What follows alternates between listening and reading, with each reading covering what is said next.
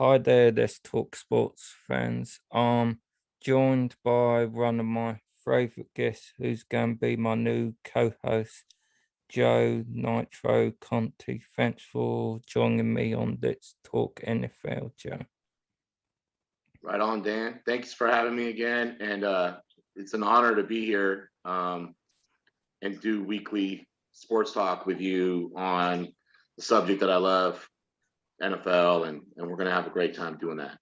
Yep, and that's my aim, be informative and have a laugh while doing it. So, how was your weekend? I understand you had a little trip. Yeah, this weekend was interesting. A lot of weekends because of my daughter's gig. She's a softball player. We're always going. Most of the weekends we're busy, and this weekend we had a little bit of time off. And her pitching coach lives down in San Diego in the beautiful La Jolla area, and we took a nice drive down there, did some father-daughter stuff, and I went and had a great trip. We got a few awesome lessons with her coach Jason with Powerhouse Mechanics, and just the knowledge that he provides is just incredible. And she's on her way, but it was neat. It was neat. I stopped off. I got a haircut. So my hair is like whatever. It's like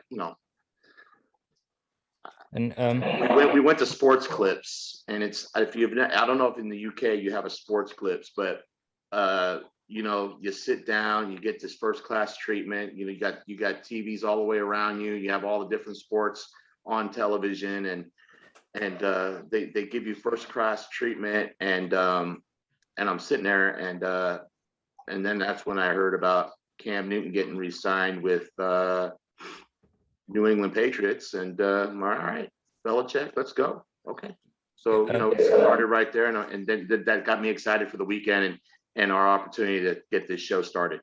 yeah, and we'll get to Newton in a minute. But for anyone what wants to check out Powerhouse Mechanics, can they be found on Facebook or where do you Yeah, find them? yeah. So Powerhouse Mechanic is pretty. So he's on Facebook, he's on Instagram, they're on Twitter. They do a lot of stuff on Facebook and Instagram both. And it's just he's actually taking his act all over the country. So we're lucky to have him. He actually is coming up to the Bay Area on the 25th. We're super excited, right in my backyard, and on the field that he's going to be hosting his clinic is going to be somewhere that I played softball, slow pitch for 20 years, and we're excited to have Jason here in the Bay Area. It's going to be a great opportunity for a lot of these young upcoming pitchers to get the greatest knowledge. Jason produces some of the best pitchers in the country, and he's got kids right now at UCLA who just Lexi Sosa, who's just pitching super well, but she's pitching with the greatest pitchers of all time, and Rachel Garcia and Big Megan over there for Armo, who's just tearing it up, and she's with, and also Acevedo's over there, and then he's got a pitcher over at Arizona, and I mean it's ongoing. But what he does is so well is he's not a cookie cutter coach. He does a great job of connecting with the kid and seeing what they do well and bringing the best out of that. So it's kind of hard to explain. I'm not a pitching coach, but I think the world of him and what they're trying to do. So follow them for sure. And I encourage anyone who has athlete in the family to check it out. And before we get started, I also encourage people to check out Joe's sports drink brand, Liquid Nitro, which I'll put a link in the description below. I'm drinking a little bit of this. This is my energy shot, and I have it every day. It's ritual. So this has has weight loss components in there. So it has Citramax and chromate. It helps lower your cholesterol, maintain a really healthy balance of blood sugar. Gives you great results, give you the energy you need with no crash, no jitters, no aftertaste, and it has 6 antioxidants in it, and it's a big seller. And gives you what you need. It's like a 5-hour energy, but so much better. But anyways, yeah, thank you.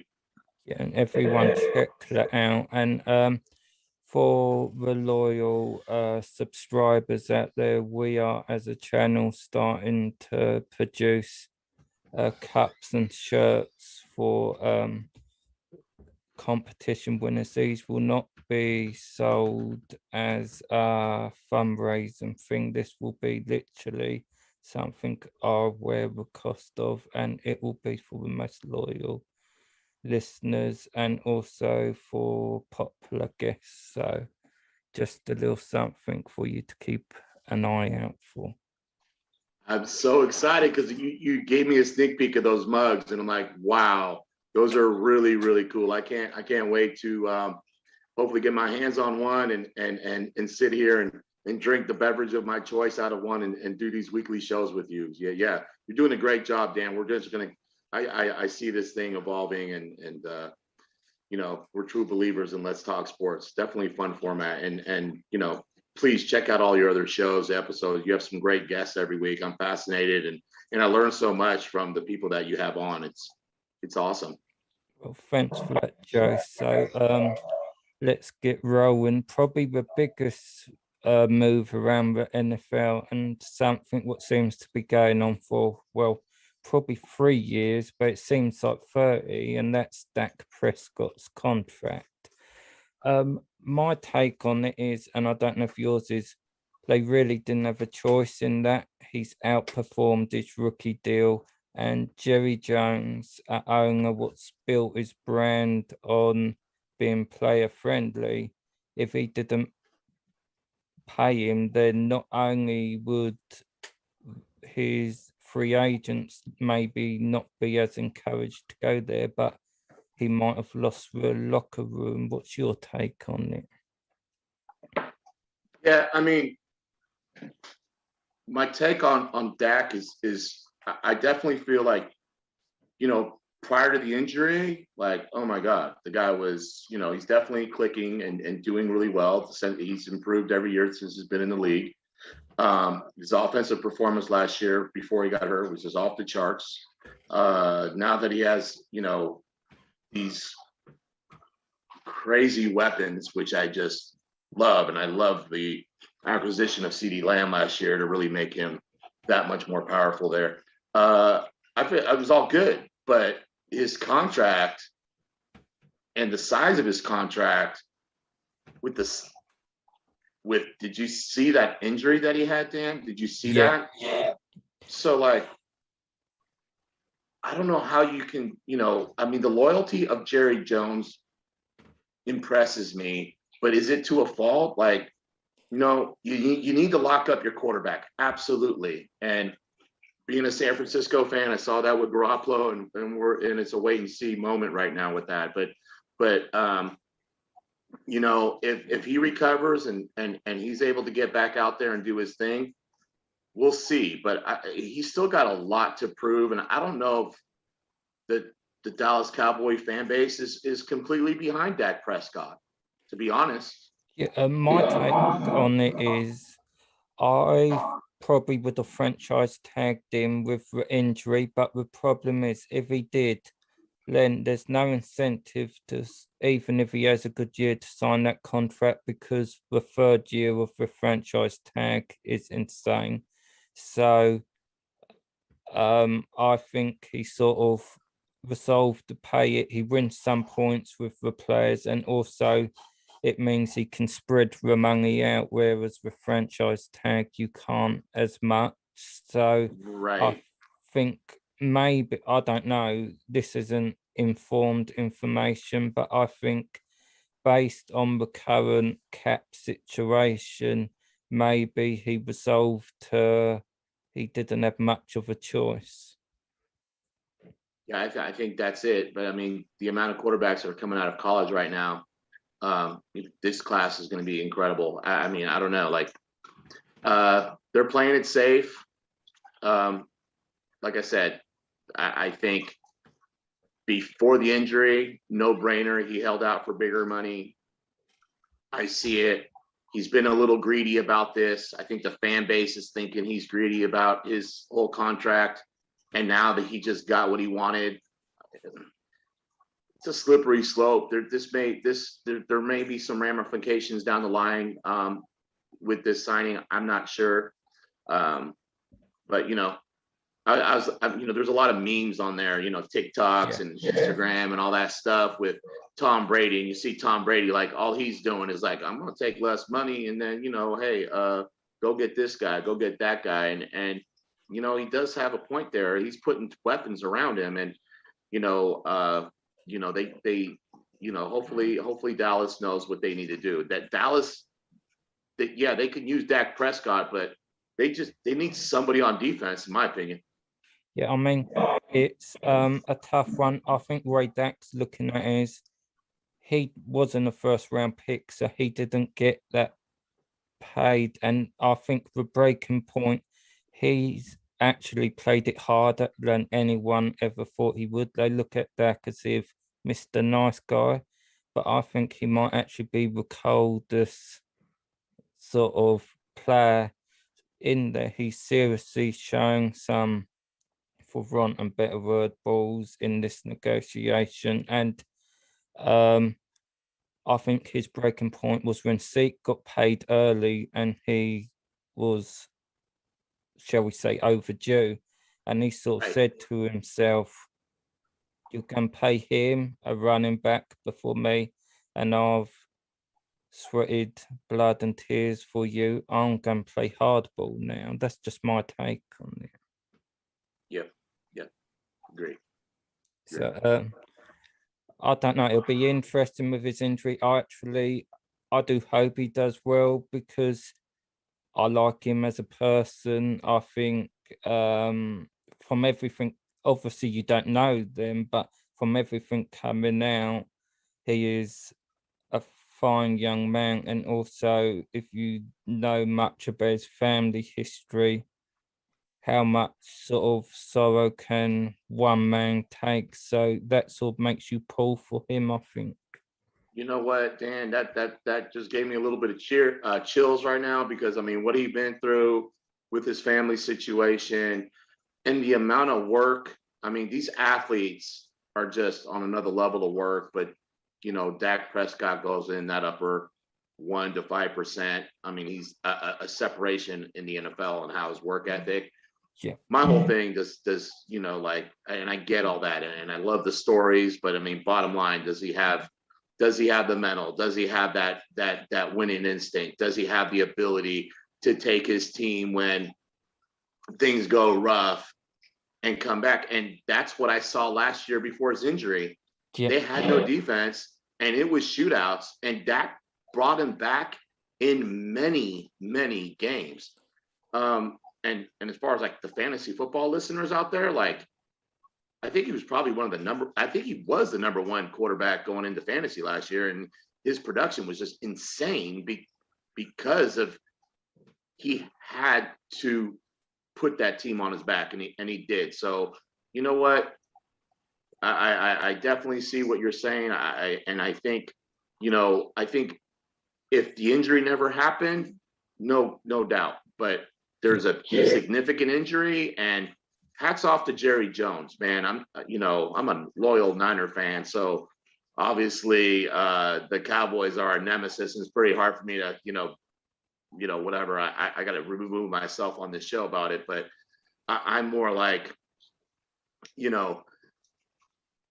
if something's gonna happen to a team on a negative, I'm like, well, let it happen to the Cowboys, please. And I know all my Cowboy fans are going to be listening, and they're like, there's typical Joe. You're like, right? And I'm like, yeah, it is. But I have a lot of respect for Jerry Jones on giving this man a great contract and giving himself another chance. I mean, I think Jerry Jones is one of those owners, like he's like a player's owner. Like he's definitely going to work for these guys. So. Yeah, and just to finish up on it, what I will say is, for my quarterback, you've got to be a hard individual and sort of stick to a plan, see the target, stick to it. So this contract, shall we say, negotiation actually plays into that, because how he just wouldn't give in and sort of kept his eye on the prize actually relates to, can he do it in the big moments? So in some ways, that drive might actually be a positive thing for Cowboys fans if you look at it that way. Yes, I mean, Cowboys fans right now, they should be pretty excited. Yeah, I agree. They have a great team around them. I mean, the offensive side is great, and they got to bolster that defense, and they got to dial in Ezekiel Elliott. Like that kid is, he's shown a lot early, and he hasn't shown much late. But you know what? They have more behind. They have more behind Elliott, so there's other backs can carry the ball as well. So they're in a good spot, man. They're in a great spot. Yeah, When you have you got Cooper, and you have Gallup, CeeDee Lamb, the tight end. What's his name now? Forget the tight end's name, but he's definitely a threat. I just completely blanked on it, but they've got weapons, a lot of weapons, and they're going to be big contenders in the East. But it's a free for all in that NFC East, to me, in my opinion. I agree. And moving sideways, so Allen Robinson got tagged by the Bears.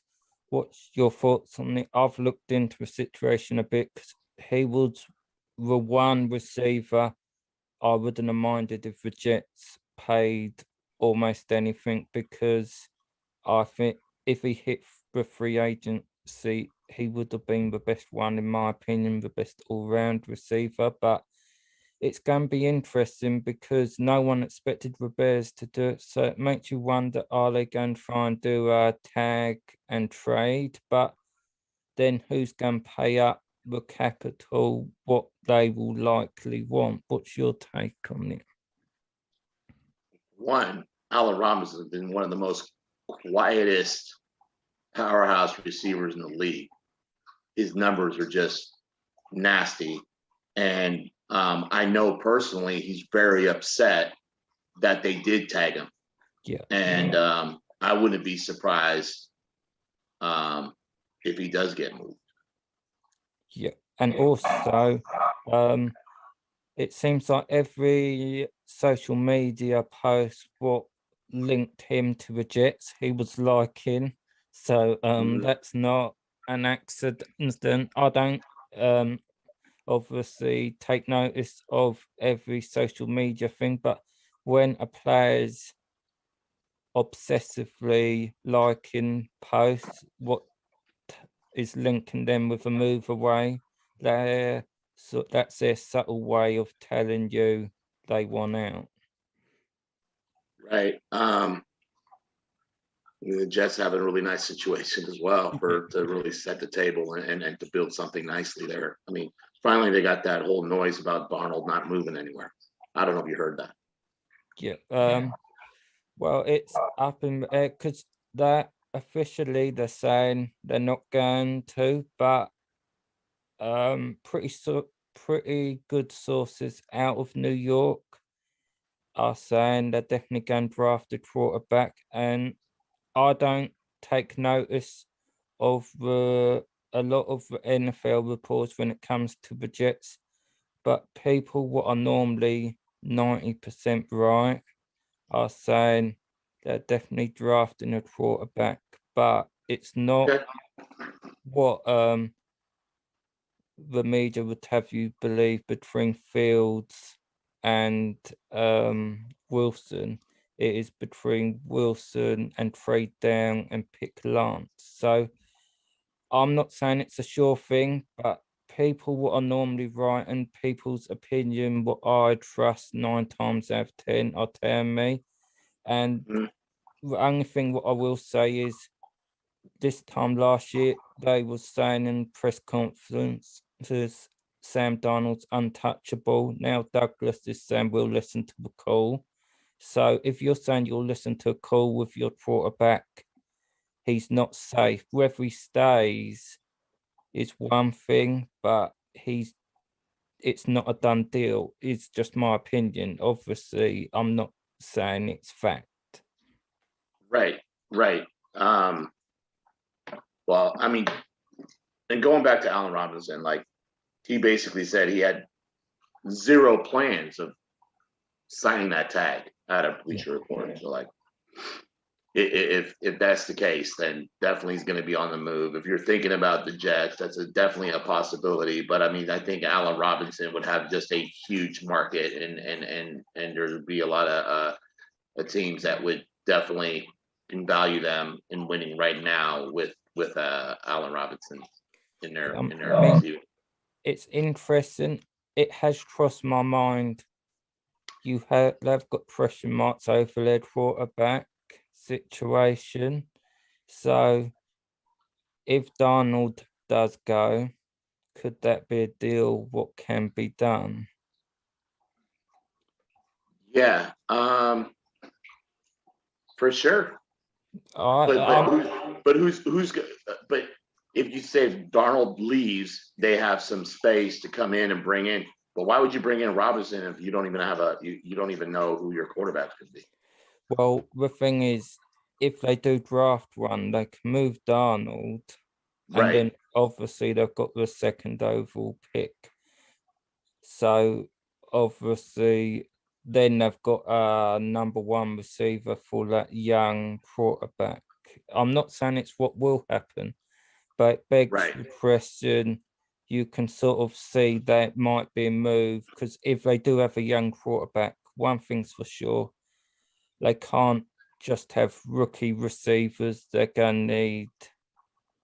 right. But these veteran, like I mean, Allen Robinson, young enough guy, has some. He's a seasoned vet. He's going to want a quarterback that could come in and be an impact. And I'm like, he's already been in Chicago with Mitchell Trubisky, who I think now it looks like, Chicago is going to be moving on from him completely from the reports that I've read.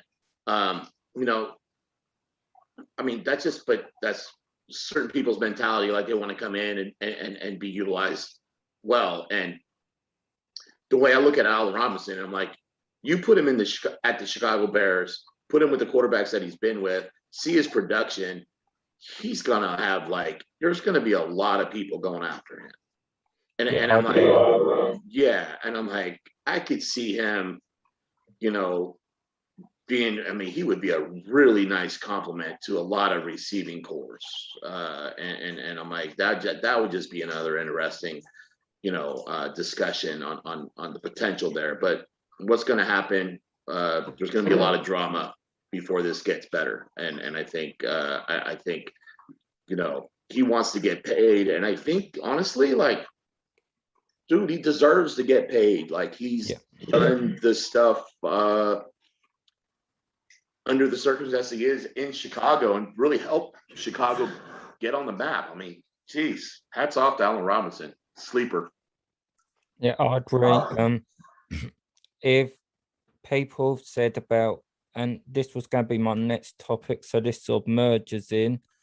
People mention Golladay, and in my opinion, I think Allen Robinson is a better receiver. You could convince me to pay him 18 to 20 million, but with Golladay, you've got a problem injury history, and you Yeah, can't convince me to pay him that no with way. the I'm not a fan of Galladay. I don't. I think if he was going to do it, he's going to do it in Detroit with Stafford. He hasn't done it. I don't think.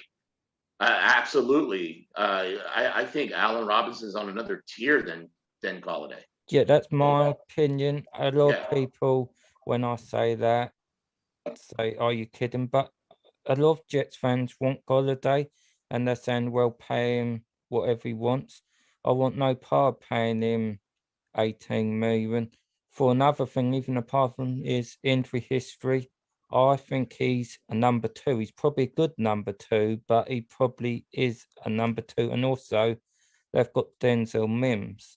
And although Mims is still learning, I look at them as the same skill set. So they don't want Golladay and Mims. They want someone what will complement Mims, and that is Allen Robinson, in my Allen opinion. Robinson would be a much better fit. But what about like Tua over in Miami? They have Parker over there, but you put a Allen Robinson over there, or like I mean, there's some teams that are building who are ready to they already have their quarterbacks in place that are ready to go. Or what about Justin Herbert over in San Diego?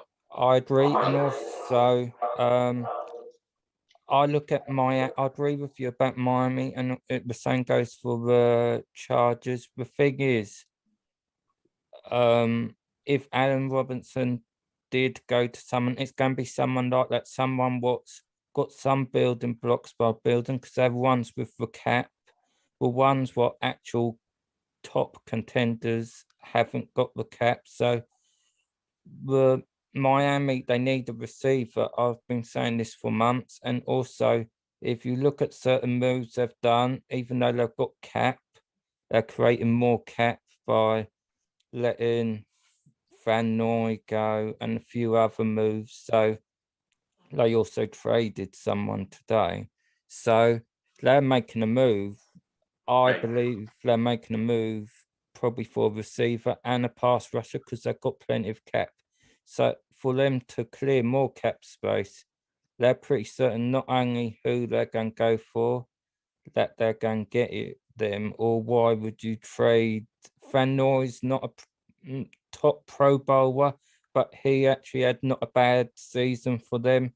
So for them to clear his cap, it means they're pretty certain what they're going to do. And if they want to stick with Tua and want to see that step forward, they need a receiver, and they've got a decent young receivers, but they need a clear, experienced pro, in my opinion.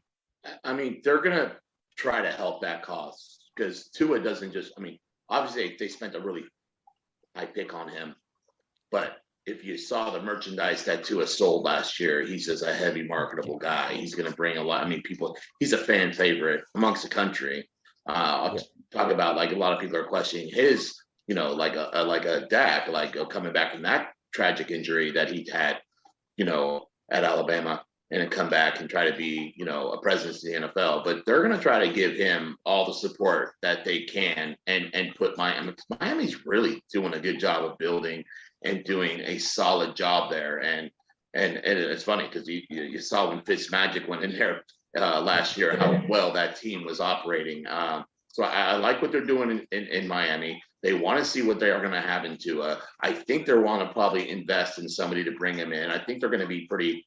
They're going to be pretty active in free agency. I don't see them sleeping a little bit, and see what's going. Yeah, I definitely see some activity going on. And Allen Robinson, if he gets out of this, he's going to have a lot of options. He's going to be one of the better wide receivers on the market as far as people are going to try to bid up on. So that's what I see. Yeah, I agree. And it's funny you mentioned about Tua. I'm not saying he's a bad player, but I'm pretty much a bit of your opinion. I was never a fan of where he went in the draft just because of his injury history. Yeah. I always thought he was going to be a better college player than he was a pro. Sometimes you get that. And with his injuries in as well. But now they've got him, they've got to justify that pick, because if they don't justify that pick and get him out, like we said, someone's getting fired, put it that way. Yeah, exactly. Somebody's gonna get fired, and I'm like, honestly, what I saw to it this year, I wasn't very impressed. I like the No. kid. I love the family. Just like what you said about Dak Prescott, I love the history with Tua, and I think his story is great. But you know what? Sink or swim. You're here now. You're at the show. Let's get it done. And Miami's going to try to, like, you know what? We got to make sure that we have the right people around to make sure that our decisions was brilliant. Well, yeah. Otherwise, somebody's going to be out the door, and everything they're building on right now is going to go wayside.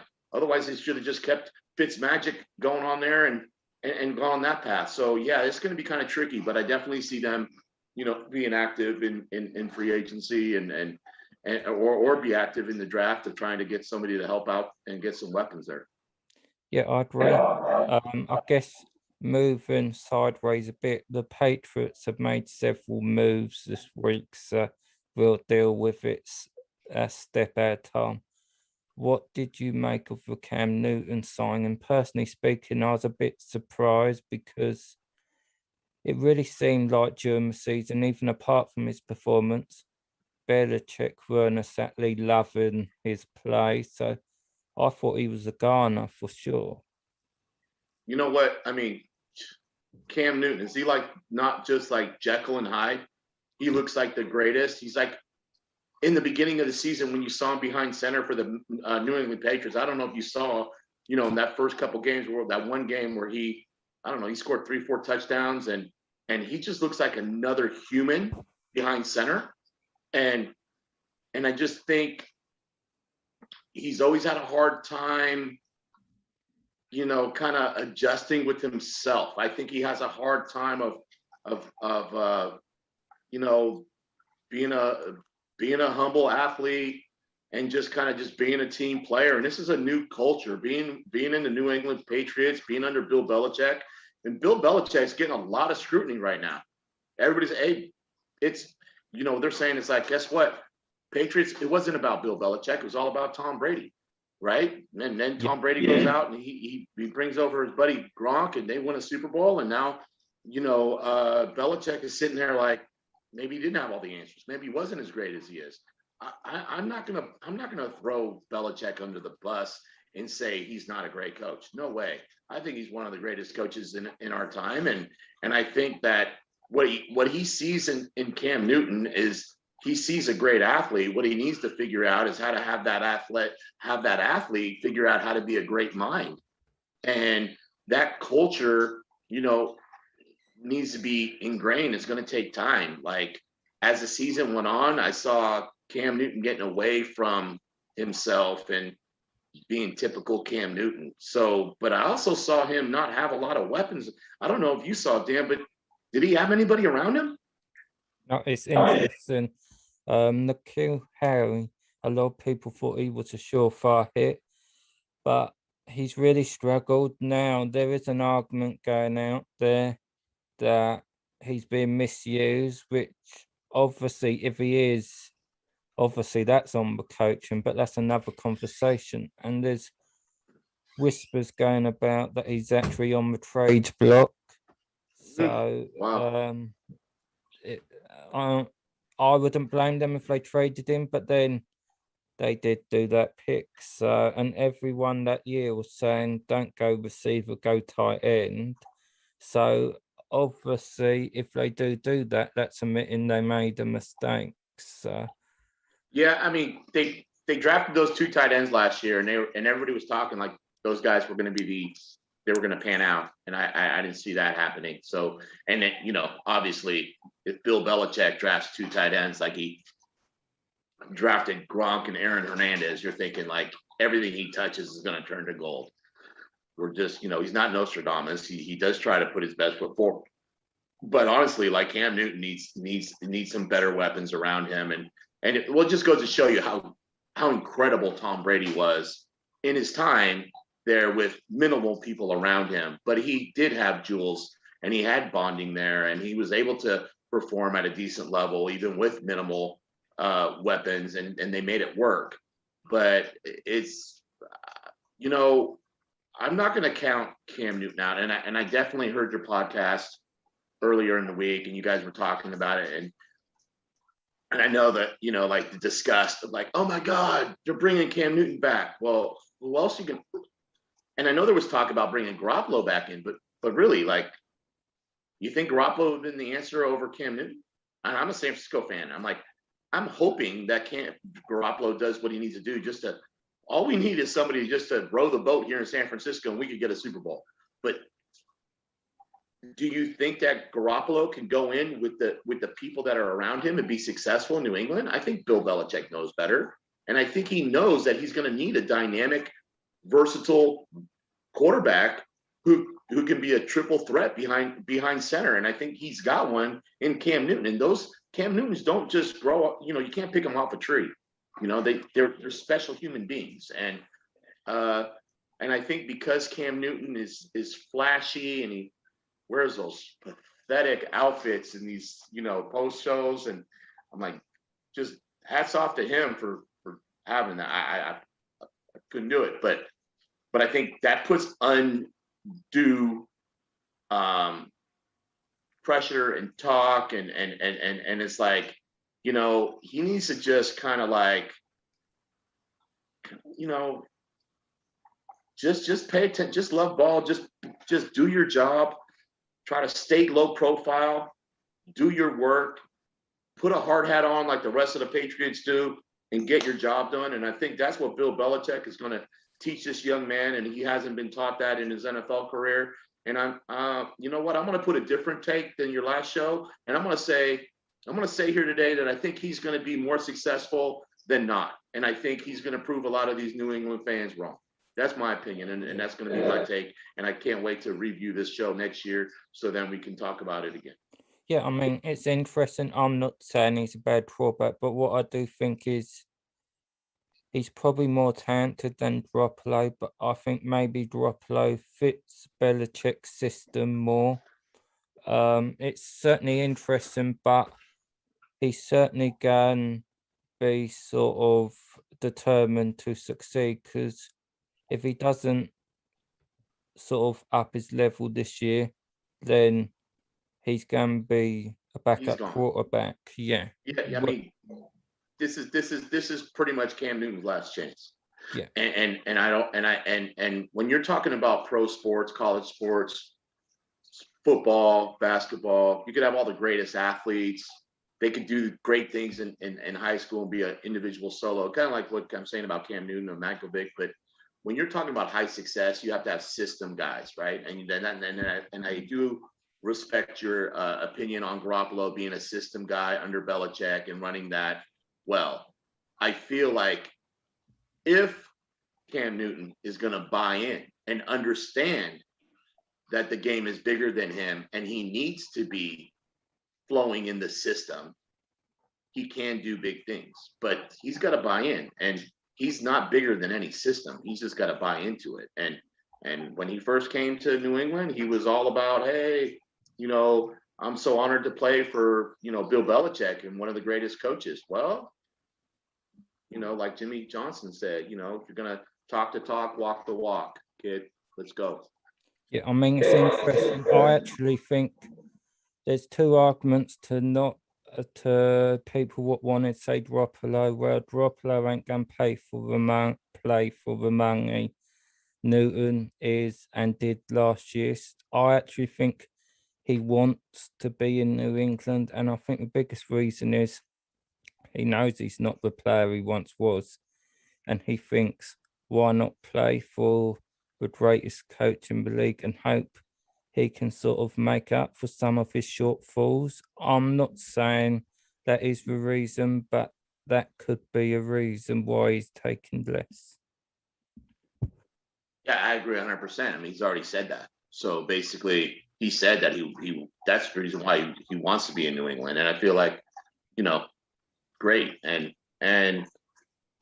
you know, I don't want to defer away from the conversation, but going back to Garoppolo, because you know we're talking Niners a little bit. You know, being in this system, man, you know what a great system we have going on here, and I think Garoppolo coming back from his injury definitely got off the wayside. Maybe he had some ghost up in his mind, because I don't know if you watched a lot of the Niner games this last season, and when Jimmy was behind center, he looked scared. A lot of things that he did was second guessing himself, really just short arming things, just not really playing like freely the way he played the year prior. So hopefully he'll come back and do the things that he needs to do. And I know a lot of people in San Francisco are like, you know, hey, get away from him. But, you know, again, system guys will be successful, and just do what you do. But anyways. I mean, I have wondered, part of me thinks Garoppolo wants to be back in New England. I think maybe his heart is there. I don't wish to offend any San Francisco fans, but it's an interesting thing. It just seems like you say there's ghosts around his play around the Super Bowl. And I just have wondered if now Tom Brady's not at the Patriots, whether he looks at that as, well, perhaps if I can go back there and my career will be a success. I'm not saying that is the reason, but it does make you wonder.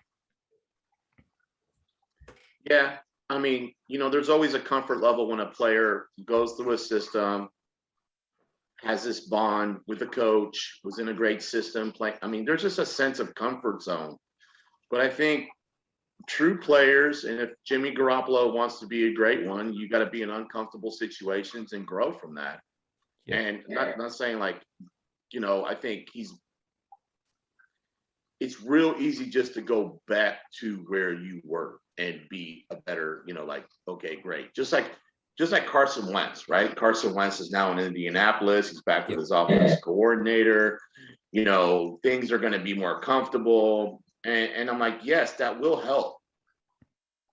But, you're going to have to adapt and adjust because not all the, coaches come and go. GMs come and go.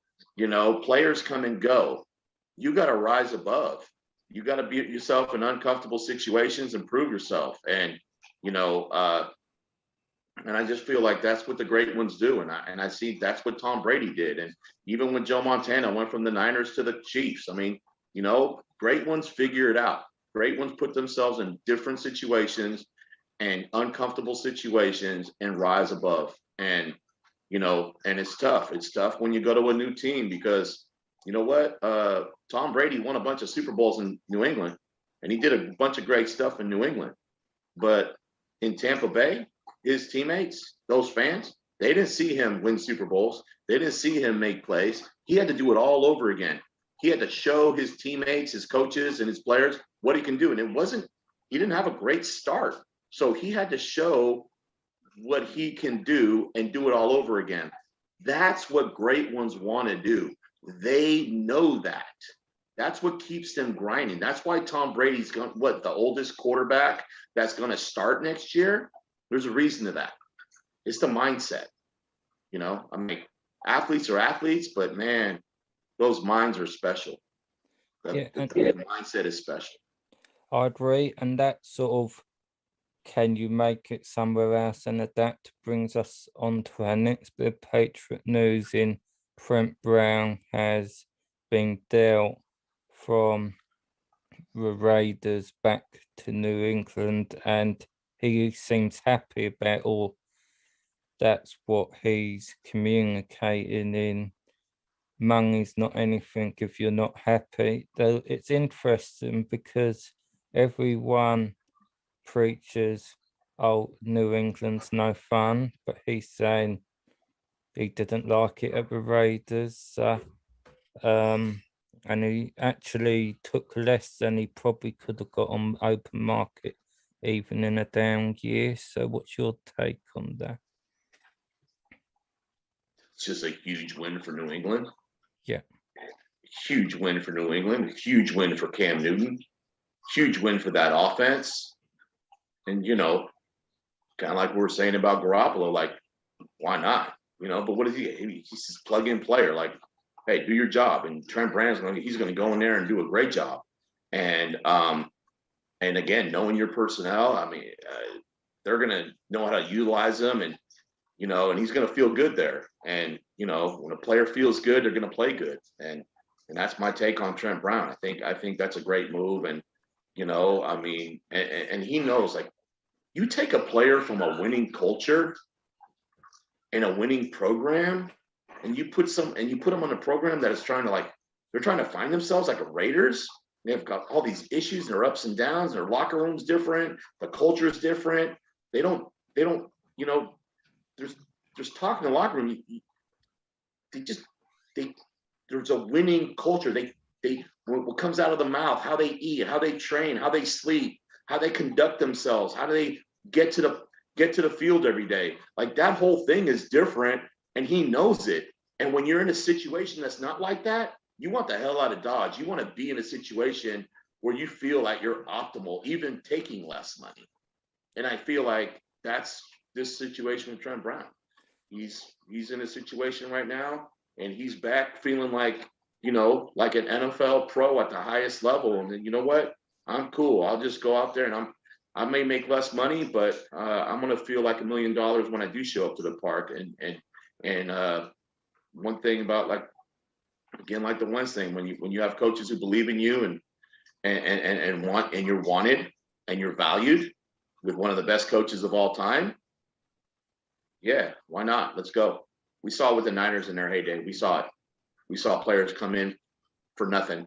We saw pivotal defensive linemen, ends, linebackers, personnel coming in playing for us because they knew, of the culture that we had, and it's special. And you know what? It's not going to be that.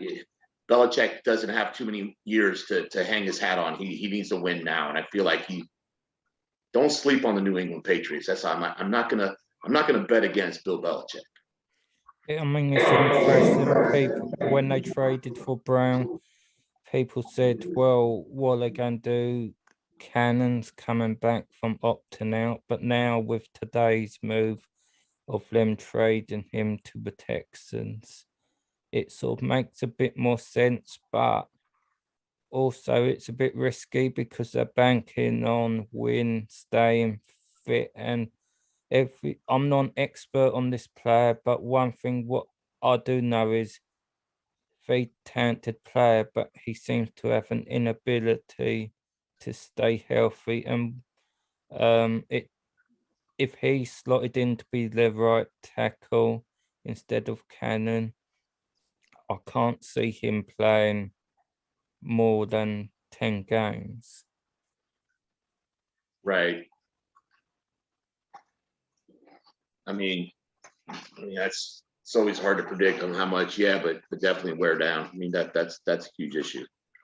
Yeah, I mean, it's interesting. It does make me run. They didn't tag Fournier, but it makes you wonder today with them moving Cannon, because Fournier's not only their best guard, he played every single position across that line, including center in some snaps. So it does make you wonder. They've saved themselves close to 10 million. So Right. are they going to make some sort of move? Because by all accounts, last year the Jets had some sort of illegal deal with Fergie to get him, and Belichick pulls switcheroo at the last minute to keep him away from the Jets. And in my opinion, Fergie, I've said this on several of my videos, I believe the only player what can match him in the guard position is Quentin Nelson. So whereas you could say, will Belichick play a guard that much money? Also, can they afford not to with Wynn's injury history? Um, yeah, that's a tough one. I don't really have a solid answer for that one. Yeah. My take on it is, let me help you out here. The thing is, the reason why you're having so much difficulty is who can predict Bill Belichick. I at the beginning of the week would have said when they didn't tag him, there's no way they're going to pay a guard that much money. But I guess the way to look at it is, as he can play so many different positions and they've saved Cannon's money, Right. sort of he can have, yes, he is a guard, but if he ends up playing a bit of tackle, then he might be worth that much money. I still am unsure if he'll do it, but if I was in Belichick's position, I would consider it because they need to keep Newton healthy. And obviously, you're not going to do that if you need to play a rookie guard. Even if he ends up playing well, there's going to be some drop off and learning curve. For sure. I mean, it's always nice having somebody like you. I mean, sticking a little somebody with some veteran experience, but that's why I haven't really taken a look of what's coming out of the NFL draft as far as offensive linemen as of yet. I know I've seen a little bit of stuff going on. Actually, pretty good. There's 3 deep tackle and guard Oh, draft. good. So it's an interesting year, and this was bringing me on to one of my next points. It's actually 3 deep free agency O-line draft. The Chiefs obviously cut both their tackles. There seems like to be like 5 or 6 different top priority guards, and there's a couple centers. So it's It seems pretty in stacked. yeah, it pretty is. So it's going to be interesting. If they don't re-sign Fourney, I think they're certainly going to make some moves. I've also seen a lot of good rookies coming in and plugging and playing in Yeah. this last year or two, like what's coming out of college and how they're prepared to going into the NFL system now is pretty remarkable. So like in the years past, 15, 20 years ago, it was pretty hard to plug in a rookie offensive guard, tackle, and be successful. That's why it's kind of hard to comment on it and see. But I mean, I definitely see Belichick, kind of thinking his pieces, and he's going to want to solidify his guys up front with IQ, not just raw athleticism. So guys that are going to fit his system, and that's what he's trying to build right now. Yeah, I agree. And to bring me to my last main topic, it actually seems to be a pretty stacked pass rushing draft. I mean, free agency, Paul with Shaq Barrett not getting tagged, and then Gokray not getting tagged, and Matt Judon as well. So you can see, much like we talked about helping the quarterback, you can see someone like Miami or maybe the Jets or picking one of those to sort of help get the ball back for their young quarterbacks. Huge, not discussed enough.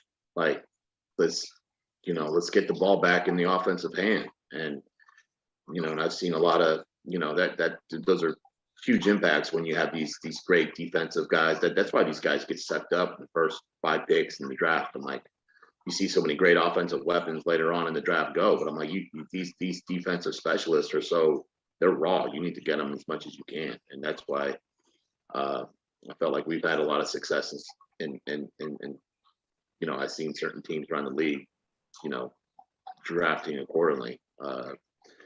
So these guys are freaks now, right? I mean, they just do. The size of these guys and what they could do athletically is, I mean, it's kind of like what these guys are doing in the NBA. I mean, they literally are like power forwards in the NBA, and they move so well, and they're so.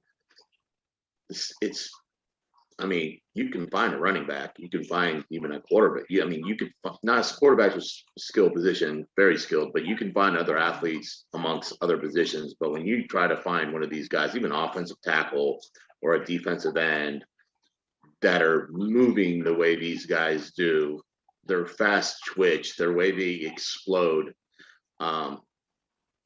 it is incredible. And yeah, they're high valued and seeked out. Yeah. So to bring me up to my last topic, so let's talk sports. We're going to be doing during the season a fantasy profile, which we will be running a competition. Now we won't be charging you to enter, but there will, however, be prizes, and in the competition you will be able to interact with us. We will have a group chat of some sorts, and we just think it'll be a good way to interact with the community. And we will have a few different prizes, with the top prize being $250, a choice of your own jersey of your favorite team with your player's name on the back, or yours, whatever you choose, a signed Patrick Mahomes jersey, and also someone was coming on for an interview for me is the college player called John Oliver, and he's going to sign his college jersey for you. So Fantastic. that's something, and there will also be a small prize for the second and third place side of $50. So we're excited to bring that to you guys. Yeah, I love fantasy football. I'm in about a few leagues every year, and it's a great ways to, watch your games during the week, study, see what's going on. Obviously keeps the interest on,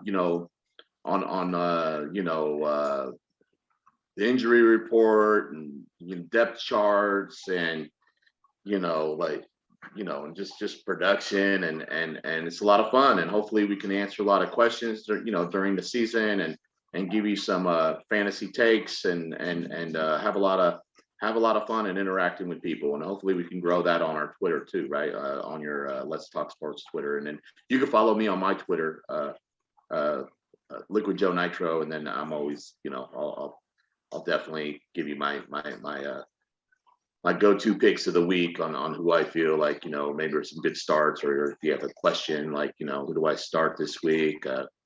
In my flex, I have these three players. What do you recommend against this matchup? But we can talk about matchups. We can talk about all that stuff. So it's just good stuff. We're just talking ball, and anytime you're talking ball, and anytime you bring a competition, it's going to be a lot of fun. But those prizes sound fantastic. So definitely excited. Hopefully we get some good people joining our league.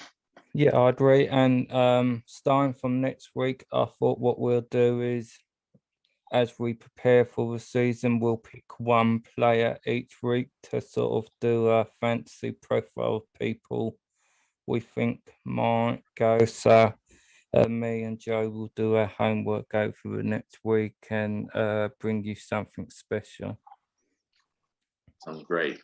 I guess that's it for today, but I want to thank you for doing the show with me today, Joe. Thanks for having me, Dan. Another great time being able to talk ball and do the stuff that we love to do. So great. I'll see you next week, everyone. All right. Okay, until next time, let's talk sport, fans.